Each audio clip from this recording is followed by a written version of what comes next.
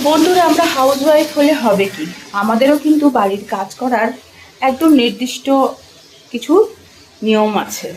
আর আমরা ওইভাবে যদি বাড়ির কাজ করি তাহলে কিন্তু আমরা সঠিক টাইমে সঠিকভাবে সব কিছু শেষ করতে পারবো।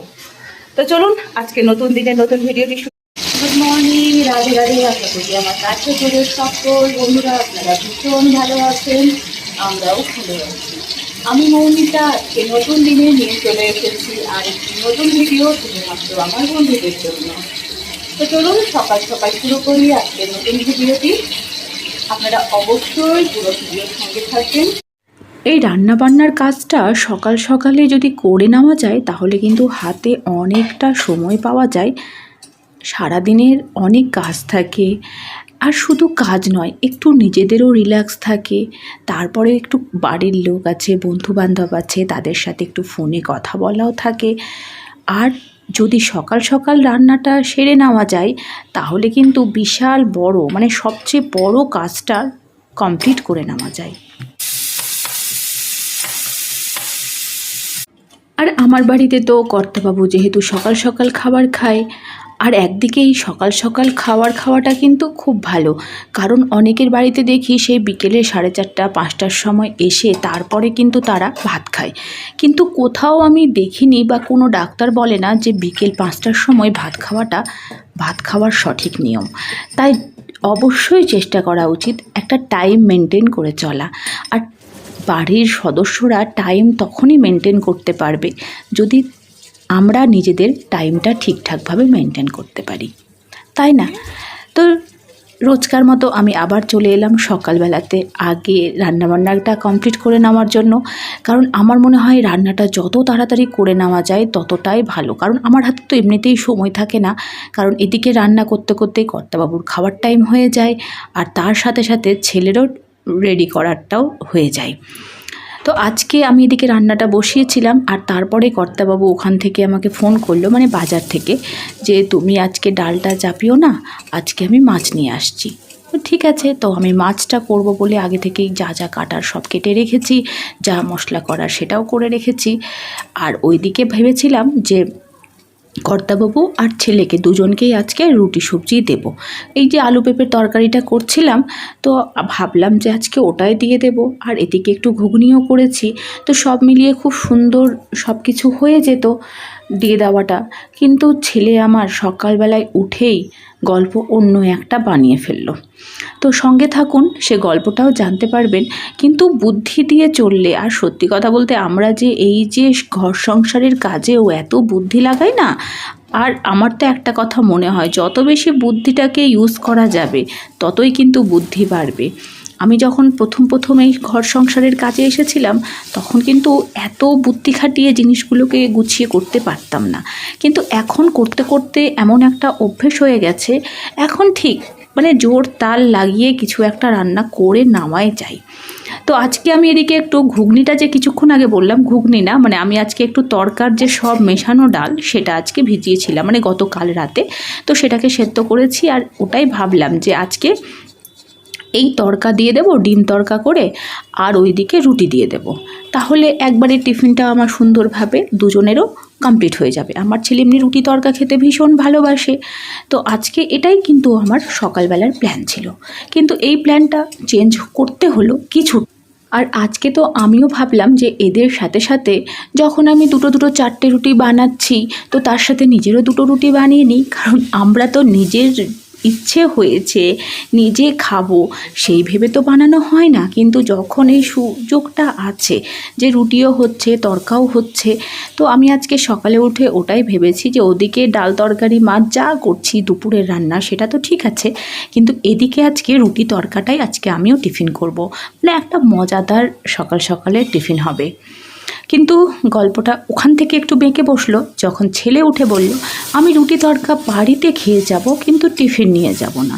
কিন্তু সচরাচর ছেলে রুটি তড়কাটা কিন্তু ভীষণ পছন্দ করে। ও কিন্তু একবারও বলল না যে আমি রুটি তড়কা খাবো না, ও বলছে আমি বাড়ি থেকে যাওয়ার সময় খেয়ে যাব, বাট আমি স্কুলে নিয়ে যাব না। আসলে স্কুলে ওদের হচ্ছে এখন চেস খেলা। যখনই একটু ওরা সময় পাচ্ছে বন্ধুদের সাথে বসে বসে চেস খেলছে। আর এই চেস খেলাটা না আমারও ভীষণ ভালো লাগছে, কারণ চেস খেলাটা এতটাই ভালো খেলা যেখানে ওদের ব্রেনটা ডেভেলপ হচ্ছে। আর আমার সবচেয়ে ওকে স্কুলে রেখে আসার পর টেনশন হয় এই বুঝি যদি দৌড়াদৌড়ি করতে গিয়ে পড়ে যায়, কারণ ওরা বয়সের বেড়েছে ঠিকই কিন্তু এখনও না সেরকমভাবে বাড়েনি। তো ওইটাই হয়ে গেছে সমস্যা। তো ওই যে কিছুক্ষণ আগে আপনাদের যেটা বললাম যে একটু গল্প আছে, তো ছেলে যখন বললো যে আমি রুটি তড়কা নিয়ে যাব না, তখন আমি কি করলাম বুদ্ধি খাটিয়ে দুটো রুটি যেটা বেলা ছিল তার মধ্যে একটা আলু সেদ্ধ করে আর সেই আলুটাকে এই যে রুটির মধ্যে আমি সাঁটিয়ে দিচ্ছি, মানে এটা আমি বানাবো আজকে আলু পরোটা। কিন্তু আলু পরোটা একটু অন্যরকম, মানে একদম শর্টকাট আলু পরোটা, যেটা একটু বুদ্ধি খাটিয়ে আমি বানিয়ে নিয়েছি। আর সত্যি কথা বলতে না আমার ছেলে টিফিন থেকে এসে বাড়ি এসে, মানে টিফিন করে স্কুলে তো টিফিনটা করেছে, বাড়ি এসে ও আমাকে বলছিল মা রেসিপিটা দারুণ ছিল, তুমি দারুণ বানিয়েছো, এই জিনিসটা আমি আগে কখনো খাইনি। তো ভাবলাম যে যাক এই বুদ্ধিটা কিন্তু কাজে লেগে গেছে। আর যেটা বলছিলাম, আর আসলে আমি ওকে জোরটা কেন করলাম না, কারণ ওরা যত তাড়াতাড়ি করে খাবারটা খেয়ে নেয় তো ওরা একটু বন্ধুদের সাথে বসে চেস খেলে, এতে ওদের টাইমটাও পাস হয়ে যায়, ব্রেনটাও ডেভেলপ হয়। আর আমি যেটা নিয়ে সবসময় চিন্তিত থাকি যে এই বুঝি আমার বাচ্চা পড়ে গেল, লেগে গেল। আর দেখেছিলেনই তো যে আমার ছেলে ওর এক্সামের টাইমে কিভাবে পড়ে ওর পাটা অনেকটা কেটে গেছিলো। তো তারপর থেকে টেনশনটা আরও বেড়ে যায়। তো সব দিক থেকে না আমার খুব ভালো লাগে যে না এই চেস খেলাটা যাতে ওদের চলতে থাকে, কিছু কিছু ব্যাপার থাকে না যেটা যাতে চললেই ভালো লাগে। আর এই যে দেখুন আমি দুটো রুটিকে কিভাবে আলুর দুই পাশে দিয়ে ওটাকে আজকে আলু পরোটা বানাচ্ছি। তো এই বুদ্ধিটা আপনাদের ভালো লাগলো না? আমি কিন্তু প্লেন দুটো রুটি বানিয়েছিলাম তড়কা দিয়ে খাওয়ার, আর সেই রুটিটাকেই দিয়ে আমি কিন্তু এইরকমভাবে আলু পরোটাটা রেডি করে নিলাম। এটাই মাথায় এলো। তো যাক, আজকের এই আইডিয়াটা যদি আপনাদের ভালো লাগে অবশ্যই একটু সঙ্গে থাকুন। আর আপনারাও এরকম করেন তো, মানে ঠিক আমরা বুদ্ধি খাটিয়ে বের করেই নিই যে কোনটা দিয়ে কিভাবে কি দিয়ে আমরা আগেরটা এগিয়ে যাব। সত্যি যত দিন যাচ্ছে অনেক কিছু শিখতে পারছি। আর আমার তো মনে হয় ছেলে যবে থেকে এসেছে আমি প্রচুর কিছু শিখছি, প্রত্যেকটা দিন নতুন নতুনই কিছু শিখছি, যেটা এত বয়স অবধি আমি শিখতে পারিনি সেটা ছেলের জন্যই আমি শিখতে পারছি। আর এই যে দেখুন আলু পরোটা একদম দেখে লোভনীয় হয়েছে না? দারুণ হয়েছে। ছেলেকে 1 পিস খাওয়ালাম, ছেলেরও ভীষণ পছন্দ হয়েছে। আর আমি কিন্তু ওর টিফিনটাও রেডি করে দিলাম। আর ওদিকে হাজব্যান্ডের টিফিন যেটা ছিল সেটা তো রেডি হয়েই গেছে। তো বন্ধুরা আজকের মতো ভিডিও এ পর্যন্তই। আগামী দিনে আবার চলে আসবো নতুন আরেকটি ভিডিওর সাথে। সবাই সুস্থ থাকুন, ভালো থাকুন। আর এতক্ষণ পর্যন্ত যারা যারা আমার ভিডিওর সঙ্গে ছিলেন তাদের সকলকে অনেক ধন্যবাদ, কারণ পুরো ভিডিও দেখার মানসিকতা আজকাল মানুষের ভীষণ কম। তো যারা যারা পুরো ভিডিওতে সাথে আছেন আমিও তাদের সাথে অবশ্যই আছি। বন্ধুরা এরকমই আমরা যাতে একে অপরের পাশে চলতে চলতে এগিয়ে যেতে পারি। আর আপনাদের সাথে কথা বলতে বলতে ছেলেকে স্কুলে রেখে আমি এবার বাড়ি ফিরছি। এবার বাড়িতে গিয়েও প্রচুর কাজ থাকে, তাই না? আর এদিকে একটু হালকা হালকা বৃষ্টি বৃষ্টি ওয়েদার, আজকে তো বেশ সুন্দর ওয়েদারটা হয়ে আছে। আজকে যেন টোটোটাতে বসে যেতেও আমার ভীষণ ভালো লাগছে। তাহলে চলুন বন্ধুরা, সুন্দর ওয়েদার আছে, আমিও একটু এই ওয়েদারটা উপভোগ করি। তাহলে টাটা, বাই বাই।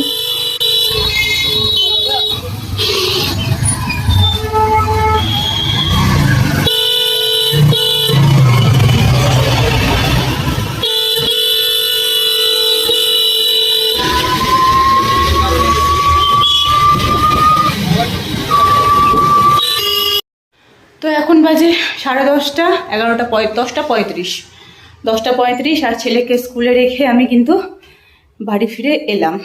তো সকালটা এত তাড়াহুড়ো থাকে, এত তাড়াহুড়ো, রান্না করতে করতে কাজ করতে করতে কিছু বাসন টাসন এই যে পরিষ্কার করা, এদিকের কাজ তো করে গেছি, কিন্তু ঘরের অবস্থা একদম যাতা হয়ে আছে। তো এখন আমার শুরু হবে এই পরিশ্রম। এই যে ঘর সব এখন অন্ধকার হয়ে আছে, তো ভাবলাম যে একটু আপনাদের সাথে একটু গল্প করে নিই, তারপরে আবার কাজ তো শুরু করতেই হবে। তো বন্ধুরা আজকের এই ব্যস্ততম সকালের ভিডিও যদি ভালো লাগে তাহলে অবশ্যই একটু লাইক কমেন্ট শেয়ার করে একটু পাশে থাকুন। আবার চলে আসবো নতুন দিনে নতুন আরেকটি ভিডিওর সাথে। সবাই অবশ্যই অবশ্যই একে অপরের পাশে থাকতেই হবে।